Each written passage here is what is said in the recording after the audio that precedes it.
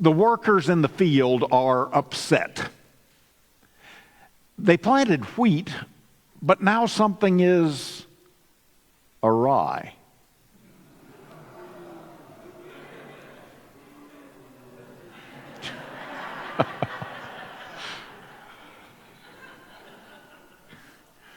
Mixed in with the wheat, thoroughly intermixed, growing right alongside it and among it, there are a lot of pernicious weeds known as tares.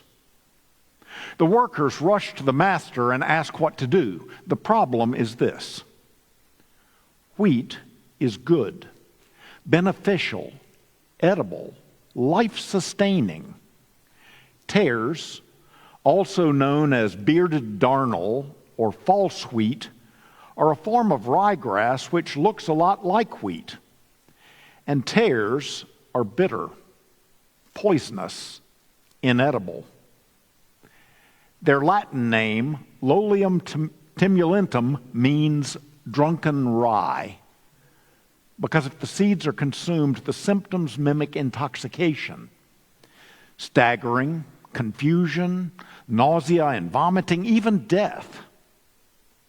When they first come up, wheat and tares have nearly identical green shoots, and as they grow, both have long, limber green stalks. It's very late in the harvest cycle, many months in, before anyone would notice the difference. And it takes a trained eye even then. But now, the workers have realized the grim, crop-threatening truth. There's darnel in the wheat. How did it get there? And what is to be done? Something should be done. The master's response is maddeningly vague. An enemy has done this. Why? Why would an enemy intentionally sow darnel seeds in someone's field of wheat? I never understood that. But sadly now I do. There are at least two reasons, maybe more, for such a malicious act. One is pure spitefulness. You insulted me or my family member, or you looked at me funny, or one time you hurt my feelings and I have a long memory and a hard heart, so now I'm going to sow tares in your wheat and destroy your crop. You shouldn't have turned my rock. An interesting side note that I never thought of: if somebody does that, sows tares in your field, there's a decent chance you suspect who might have done it. It isn't random. It's personal. Or the second reason I can think of is one of the oldest of reasons: greed. If I want to drive the price of my wheat up, I can find a way to diminish or devalue my competitor's crop. Their wheat price goes down, or maybe their harvest is destroyed altogether, so my wheat becomes all the more valuable. Maybe they'll be driven out of the wheat growing business altogether, forced to sell their lands to me at 50 cents on the dollar.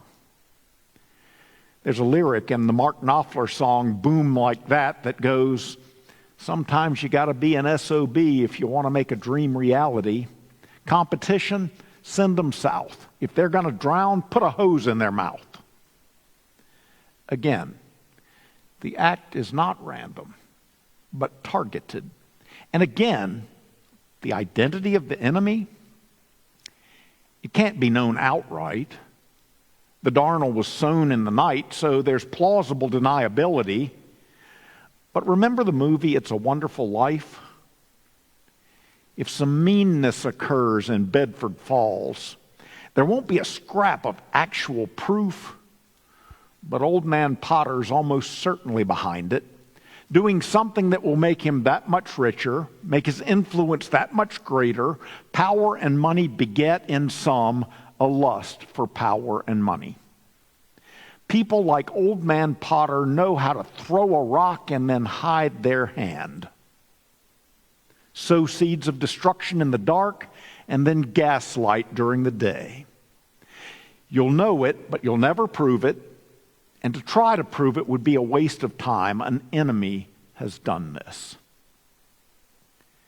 As the Gospel of John states, this is the judgment, that the light has come into the world, and people loved darkness rather than light because their deeds were evil. But even if you know your enemy, you may not be able to prove it, but you know it. If you respond to them in kind, then you become just like your enemy. Your actions are no better or more honorable than theirs. You have to hope and trust and believe and act as if their deeds will come to light and they will not win in the end, and hopefully they'll face the consequences of their actions, but don't become as they are. An eye for an eye makes the whole world blind. Well, if nothing can be done about the enemy, then what about the crop? What about the darnel in the wheat? Whoever put it there, for whatever reason, the workers want to know. What about the darnel in the wheat? Do you want us to go out and gather the weeds? And even as they ask it, the task probably rings ridiculous in their ears. Stalk by stalk, strand by strand. Everywhere you walk, the wheat gets trampled, the crop is damaged, and the roots of the wheat and the roots of the darnel, they're knotted and tangled and twisted beneath the soil. It's insufferable, but they are inseparable. Wheat and tares and wheat. You root out the darnel, you'll uproot the wheat. Again, the crop will be damaged beyond repair. That's what the world is like, says Jesus. That's what the world is like. Mixed and muddled and all messed up together. Let's examine briefly a real-world issue to see a bit of what the problem is like. Take the epidemic of school violence in this country. Is the problem guns? Well, it isn't not guns. If guns were rare rather than omnipresent, then by logic, school shootings would be rarer, simply on the grounds of availability. But a gun is only a tool, some would correctly say. It can be used responsibly and properly, or misused. The problem isn't an abundance of guns, the problem is a lack of security. We need more metal detectors, more campus security personnel, more good people with guns to control the bad people with guns. Or, is the problem a mental health issue? Average, healthy, normal people don't shoot up a school. Are we doing enough to tend to the complicated and sometimes fragile mental health needs of our youth? What can be done to deal with mental health epidemics like crushing loneliness or hopelessness or abuse in the home or cyberbullying? And speaking of cyberbullying, is the problem unsupervised use of the internet, or is it social media, or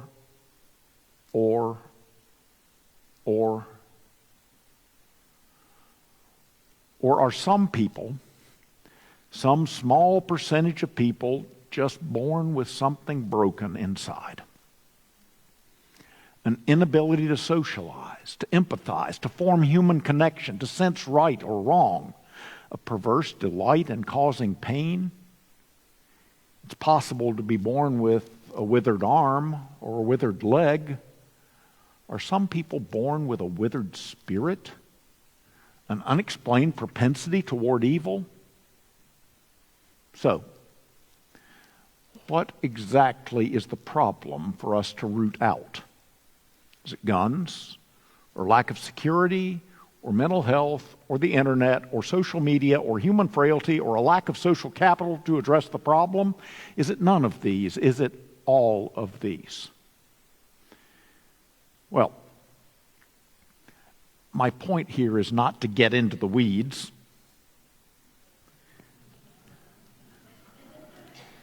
Thank you. But to make the point that the business of rooting out evil is fraught.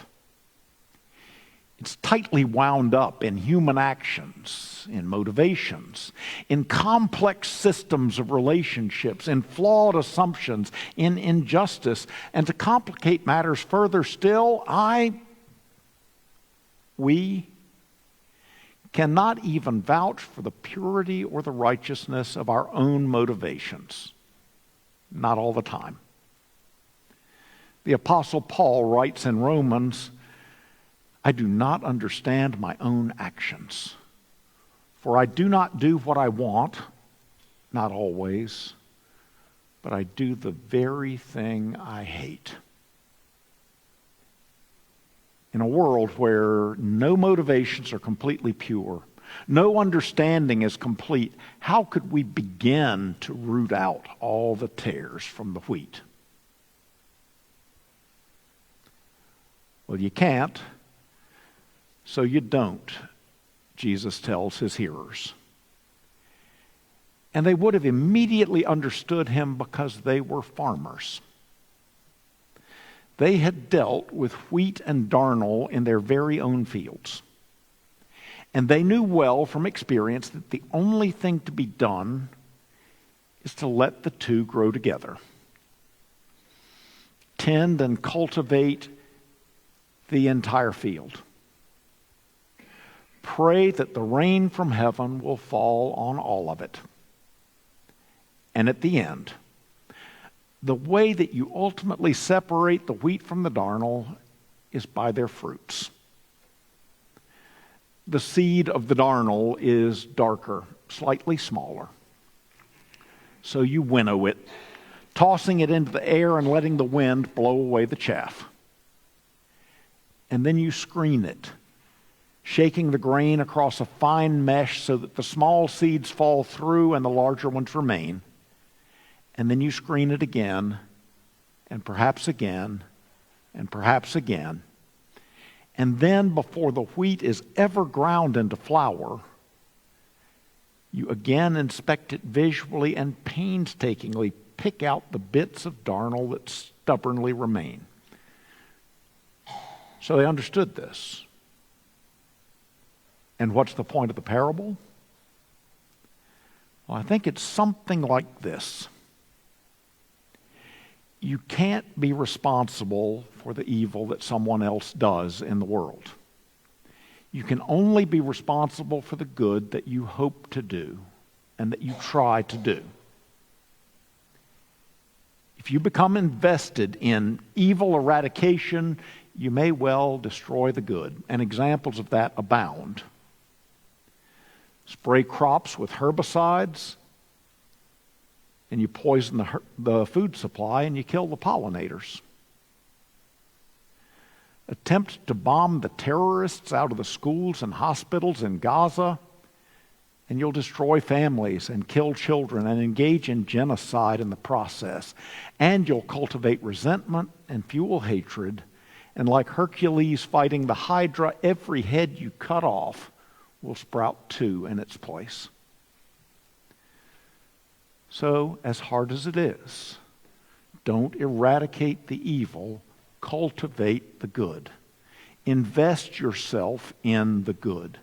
Feed the hungry, shelter the widow and the orphan, befriend the friendless, sow compassion, grow understanding, and none of this is in any way to tolerate evil. Rather, it is to persevere in the face of it and to respond to it not with the actions that resemble it, but with precisely the ones that make you distinguishable from it. Grow and show fruits that are worthy of the kingdom's ultimate harvest. In the words of one of my favorite hymns, God of grace and God of glory, on thy people pour thy power. Crown thine ancient church's story, bring its bud to glorious flower. Grant us wisdom, grant us courage for the facing of this hour. Lo, the hosts of evil round us scorn thy Christ, assail his ways. From the fears that long have bound us, free our hearts to faith and praise. Grant us wisdom, grant us courage for the living of these days. Cure thy children's warring madness, bend our lives to thy control. Shame our wanton selfish gladness, rich in things but poor in soul. Grant us wisdom, grant us courage, lest we miss thy kingdom's goal. Save us from weak resignation to the evils we deplore. Let the gift of thy salvation be our glory evermore.